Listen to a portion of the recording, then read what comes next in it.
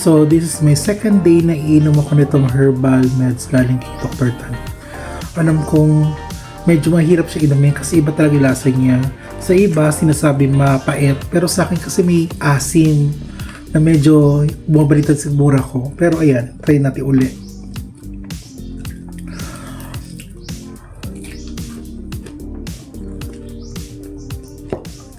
Mainit!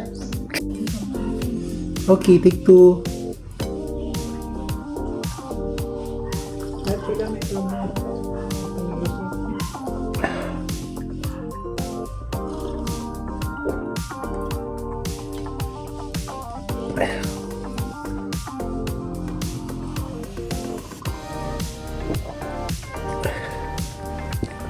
Ito pa yung itsura niya.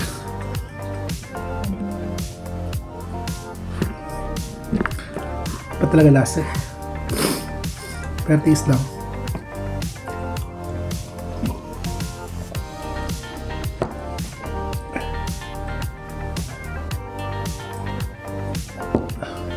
Oh.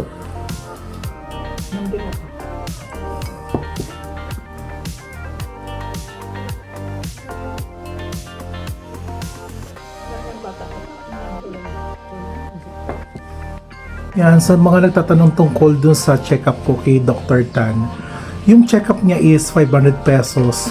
Yung experience ko nga dun, pagpasok ko pa lang dun sa check-up room nila, may supposedly 3 daw yung doktor, pero parang 2 lang yung naabutan ko, pero isa yung ando doon kasi nagsiya yung isa. So I think ayun yung mga anak ni Dr. Tan. Parang siya nagpapatuloy ng paggagamot nila. Tapos, anong nangyari? Dala ko rin po mga laboratory exam ko and also may CT scan dahil nga meron akong experience na ng stroke, sabi ng doktor ko. Tapos binasa naman yung Dr. Tan.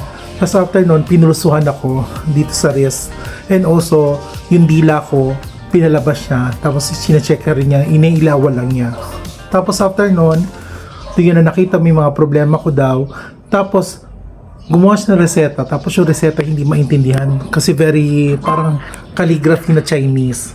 Tapos sabi niya, bibilin lang daw yung gamot. Malapit lang doon sa labas. Lalabas ka lang, lalakad. Parang paglabas mo yun, turn right, tapos turn right uli. Tapos may kita mo na doon yung herbal na Chinese drugstore. So, ang binayaran ko sa gamot is 1,050. And then, for the pot na yung puti na ginagamit para pagpapakulo ng mga herbal medicine, that is 600 pesos. So, kapag babalik ka ulit, bibigyan ka na naman ng another papakuluan, hindi ka na bibili kasi meron ka na nun. So, for now, I need to finish the 3 days. And then, after 3 days, babalik na naman ako Dr. Tan. Nag-set na ako na appointment, nag-text na ako sa kanila.